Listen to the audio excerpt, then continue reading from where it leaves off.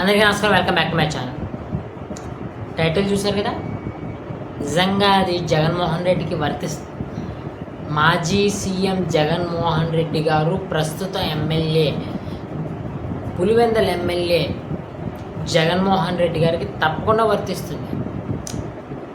నిన్న press meet పెట్టారు, 2 గంటల 8 నిమిషాలు దాదాపుగా తన అనుంగులను కూర్చోబెట్టుకుని ఆయన ఇవ్వాల్సిన ఒకదంపుడు స్పీచ్ ఇచ్చుకుంటూ వెళ్ళిపోయారు.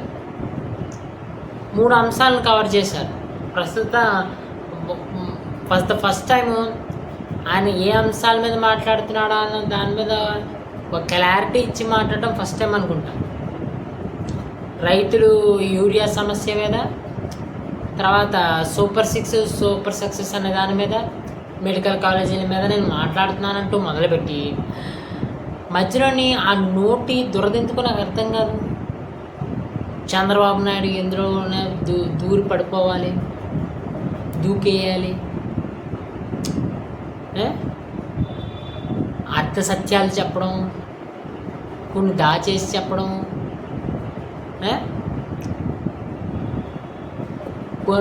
కొన్నేమో ఎంతవరకు చేసామో చూపించుకుంటా పోవడం. ఏమిటవి అంటున్నాను అసలు. ఎప్పుడు మాట్లాడే పాచి మాటలే. ఆయనకు ఏబిఎన్ ఉంది, TV5 ఉంది, ఆంధ్రజ్యోతి ఉంది, నాకేం లేదు.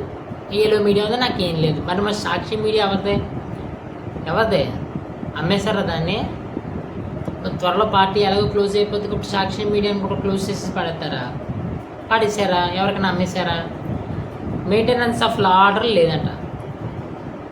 మీరు ప్రెస్ మీట్ పెట్టినప్పుడల్లా, నేను వీడియో చేసినప్పుడల్లా నాకు గుర్తు ఈ point, maintenance of law order లేదు, లా అండ్ ఆర్డర్ లేదు అంటే చంద్రబాబు నాయుడు గారి చేతులు లా అండ్ ఆర్డర్ ఉంది కాబట్టి మీరు మాట్లాడుతున్నారా?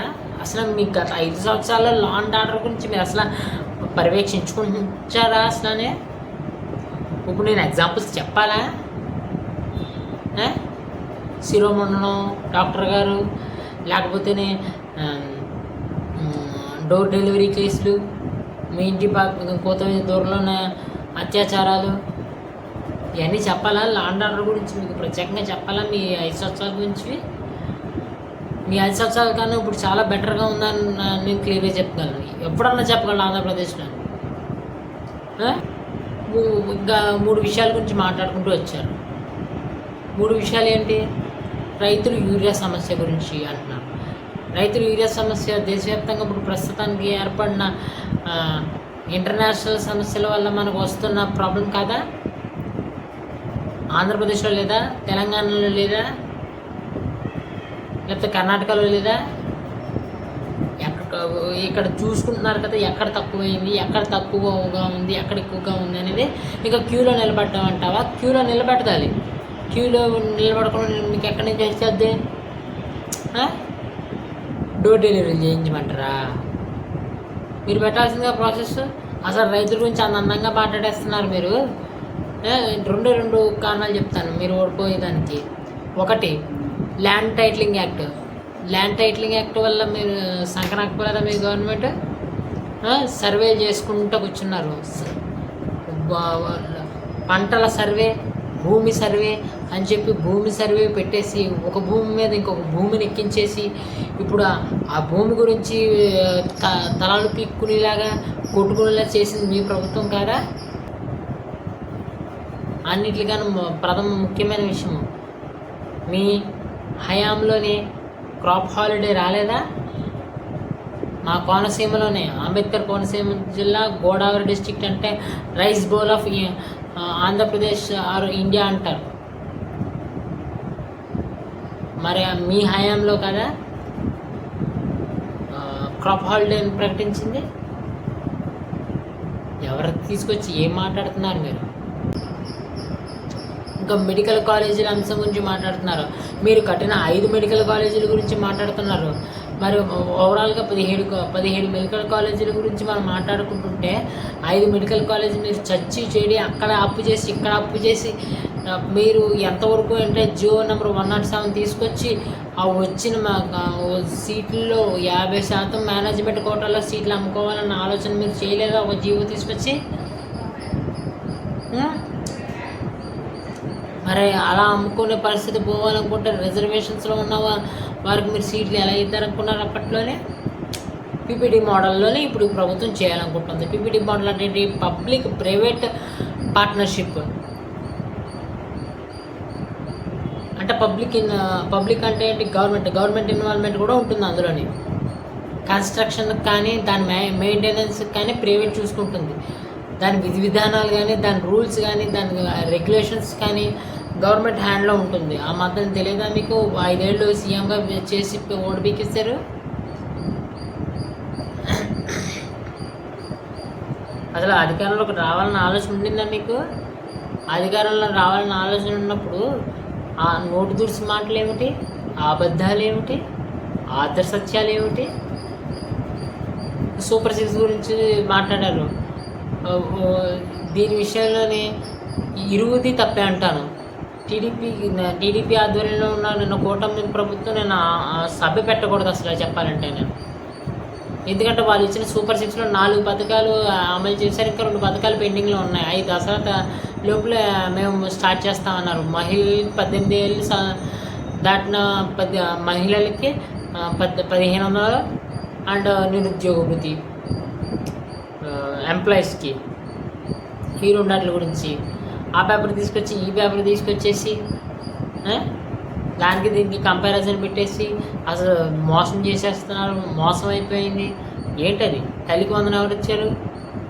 గ్యాస్ సిలిండర్లు ఎవరు ఇచ్చారు? రైతులకు భరోసా ఎవరు ఇచ్చారు? ఫ్రీ బస్ ఎవరు స్టార్ట్ చేశారు? లేని పథకాన్ని కూడా యాడ్ చేసేసారు అన్నారు. మరి మీరు లేని సూపర్ 6లో లేని పథకాన్ని తీసుకొచ్చి 50 సంవత్సరాల పైబడిన వాళ్ళకి అన్న పాయింట్ని తీసుకొచ్చి మీరు కలపలేదా? క్యాంటీన్ ఇక్కడ కలిపేశారని మీరు మాట్లాడుతున్నారు.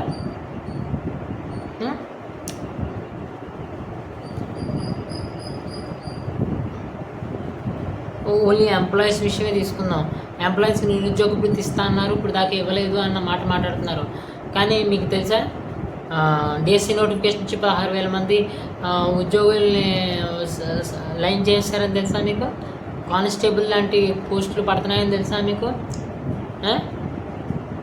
వర్క్ ఫ్రమ్ హోమ్ మేనేజ్ చేసి ఎవరైనా సరే హౌస్ వైఫ్సా లేకపోతే ఇంట్లో నుంచి కూర్చొని చేయాలనుకున్న సీనియర్ సిటిజన్సా లేకపోతే వికలాంగుల ఎవరన్నా ఏదైనా సరే వాళ్ళ ఇంట్లో నుంచి చేసుకోవాలనుకుంటే వాళ్ళకి చేసుకునేలాగా అప్లికేషన్స్ తీసుకుంటున్నారు. స్వయంగా నేనే సాక్ష్యం.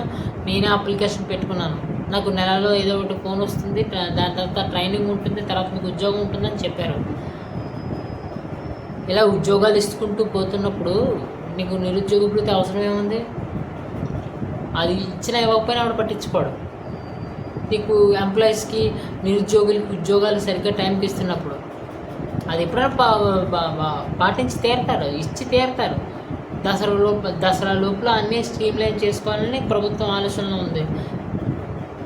చేస్తారు. మీలా కాదు కదా ప్రతి సంవత్సరం జాబ్ క్యాలెండర్ ఇస్తాను అని చెప్పి ఇవ్వకుండా ఎగ్గొట్టి, లేకపోతే మద్యపాన నిషేధం చేస్తానని చెప్పి ఎగ్గొట్టి ఇక్కడ ఎగ్గొట్టట్లేదు. They are taking the time.